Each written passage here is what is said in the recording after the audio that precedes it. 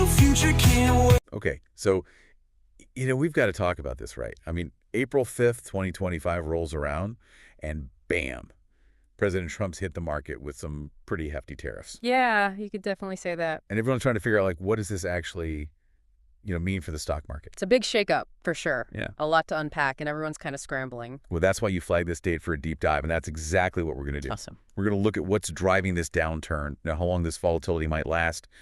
Take a look at those specific stocks. You've got your eye on APVO and NIVF PTIX. Sounds good. And then kind of wrap things up by tackling this whole idea of profiting from market crashes. All right, let's do it. It's a lot to cover, but hey, it's important, right? It's early April 2025, and things are changing fast. Definitely a snapshot in time. Things could look totally different even a week from now. Exactly.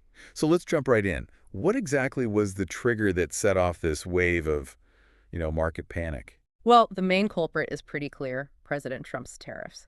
It all started on April 2nd with the announcement of a 10% tariff on all imports. Across the board. Across the board, effective yesterday, April 5th.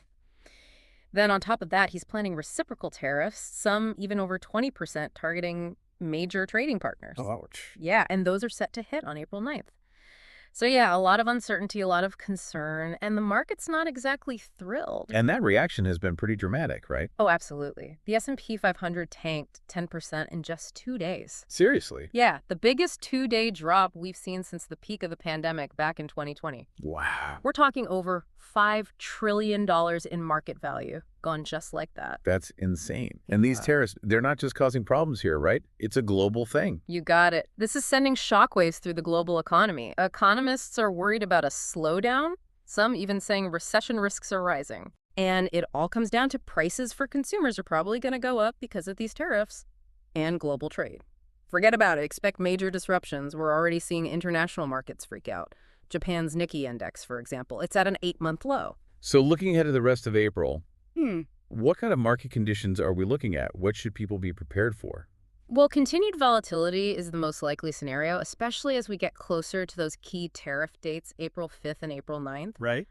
But it's not all doom and gloom. There's a chance things could stabilize towards the end of the month if we see positive signs from trade negotiations.